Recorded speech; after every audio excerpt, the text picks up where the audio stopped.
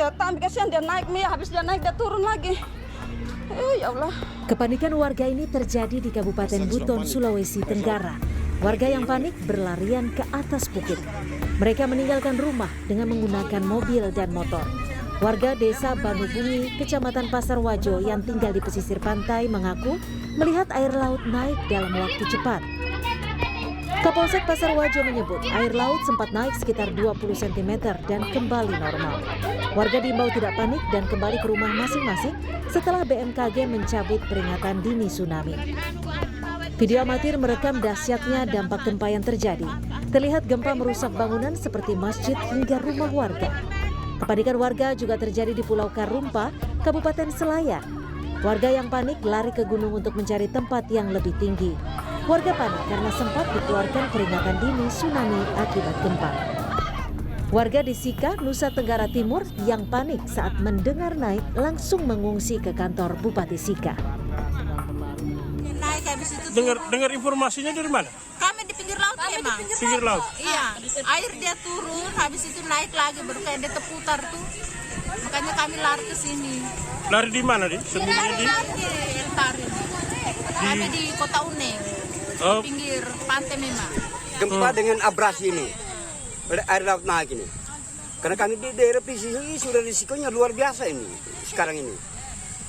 Karena masyarakat melaporkan bahwa air ini turun merosotnya sekitar mau ratusan meter ke jauh, masuk ke dalam sana. Sejumlah pasien di rumah sakit di Makassar dan Kabupaten Bantaeng, Sulawesi Selatan berhamburan saat merasakan getaran gempa. Tidak ada laporan kerusakan yang diakibatkan oleh dampak gempa di Makassar. Wali Kota Makassar mengimbau warga Kota Makassar untuk tetap tenang dan waspada. Warga diharapkan mengevakuasi diri ke tempat aman untuk menghindari reruntuhan. Misalnya kalau gempa untuk menghindari terjadi reruntuhan di bawah meja atau di bawah kosen jendela atau keluar dari rumah itu. Kalau masih sempat keluar, kita keluar semua. Nah, yang kedua, segera melaporkan kalau ada kerusakan-kerusakan yang terjadi di rumah masing-masing. Yang ketiga, gempa bumi magnitudo 7,4 yang terjadi di Larantuka, Nusa Tenggara Timur juga dirasakan oleh warga di Maros, Sulawesi Selatan. Dalam rekaman CCTV ini terlihat sejumlah aparatur sipil negara yang bertugas di kantor Bupati Maros panik dan berlarian keluar gedung. Gempa ini dirasakan sekitar 1 menit lamanya. Para pelajar dan juga staf Universitas Nusa Nipa, Unipa, Maumere yang berada di dalam gedung bahkan berhamburan ke jalan-jalan utama di Maumere. Tim Liputan, Kompas TV. Dan saudara, untuk mengetahui situasi dan kondisi terkini pasca gempa yang mengguncang wilayah Nusa Tenggara Timur dan sebagian wilayah Sulawesi Selatan, kita telah tersambung melalui saluran Zoom secara daring, Asisten 1 Pemerintah Kabupaten Kepulauan Selayar, Sulawesi Selatan, Bapak Muhammad Yunan Karaeng Tompo Bulu. Selamat pagi, Pak Yunan. Pagi, Bu. Iya, Pak Yunan, sebelumnya kami turut prihatin dengan kejadian yang menimpa saudara kita, terutama di wilayah Kepulauan Selayar, Sulawesi Selatan, yang mana memang diinformasikan sejumlah dampak yang paling terasa terjadi. Terlihat visual rumah-rumah ambruk dan rusak berada di wilayah Kepulauan Selayar. Jika boleh Pak diceritakan dan diinformasikan kepada kami bagaimana situasi warga di sana, terutama di pulau-pulau kecil di Kepulauan Selayar ini. Ya, jadi terima kasih. Warga kita di Kabupaten Kepulauan Selayar, utamanya di pulau-pulau, itu sangat prihatin dan tetap berjaga-jaga. Jangan sampai perkiraan masyarakat jangan sampai ada gempa susulan. Nah, untuk itu pada umumnya masyarakat akan bergerak ke pebukitan daerah-daerah ketinggian untuk dia ke sana untuk bagaimana supaya bisa terlindungi daripada terjadinya gempa susulan.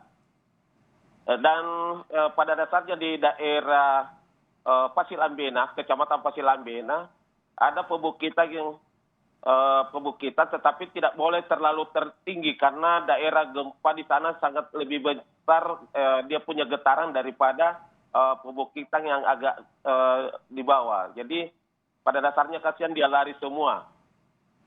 Untuk sementara waktu proses komunikasi atau telekomunikasi terputus akibat karena banyaknya kerusakan yang terjadi di daerah sana, Pak.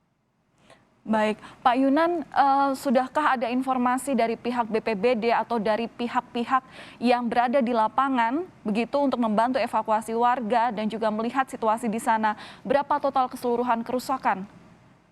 Jadi di sana menurut informasi sampai dengan tadi malam, yaitu pada Kecamatan Pasir Lambena, ada 6 desa. Tetapi di 4 desa itu, yaitu Desa Kalotoa yang terdampak, 23 rumah rusak berat. Kemudian Desa Pulau Madu ada 11 rumah rusak berat. Kemudian Desa Karumpa itu 8 rumah rusak berat, 2 gudang rusak ringan. Desa Lembang Matekne 1 rumah rusak ringan. Kemudian di Kecamatan Pasir Lambena ini ada 2 desa yang sampai dengan detik ini putus komunikasi dan kita tidak tahu apa di sana rumah-rumah yang terjadi di desa Garopa dengan Garopa Raya. Jadi ada 2 desa di Pasir Lambena itu yang belum kita tahu karena terputus komunikasi. Okay. Kemudian ada juga di Kecamatan di Takak Boderate ada 1 rumah rusak. Kemudian Kecamatan Pasir Masunggu itu ada 4 rumah rusak. 4 rumah rusak dan 1 sekolah. Kemudian di Kecamatan Pasir Marano, rumah rusak sebanyak 298. Jadi rumah ibadah ada 2 rusak, ada 2 buah rusak, kemudian sekolah 2 buah, kemudian tambatan perahu 2 buah. Jadi total keseluruhan itu dari 4 kecamatan untuk sementara waktu, itu rumah rusak berat 134 buah. Kemudian rusak ringan 212 rumah. Kemudian rumah ibadah rusak berat 2 buah. Sekolah rusak ringan 3 buah.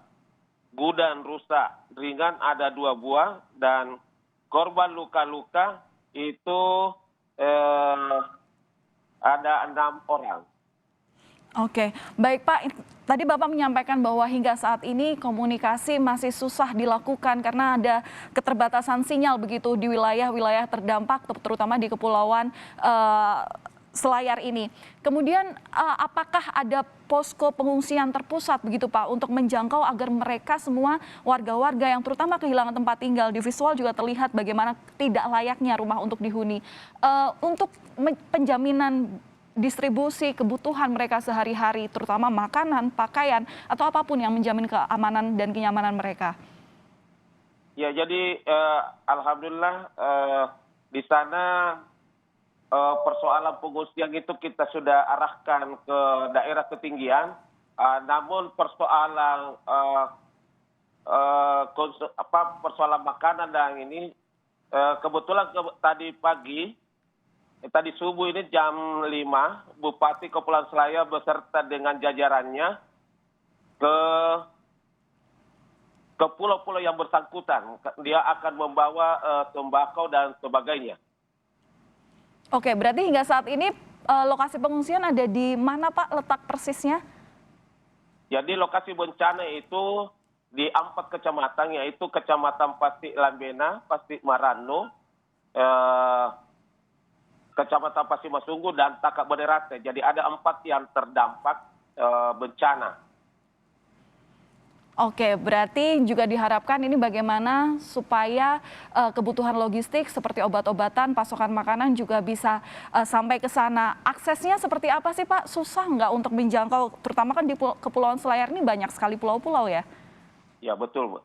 Jadi aksesnya ke sana, yang jelasnya kalau kita dari kapal kayu yang berkapasitas 200 ton, itu lamanya 2 hari 1 malam ataukah 2 malam 1 hari. Jadi kita bisa berhitung itu 1 hari, 2 hari dan 1 malam. Jadi 24 jam ditambah ke malamnya itu. Jadi itu jangkauan daripada perjalanan ke sana.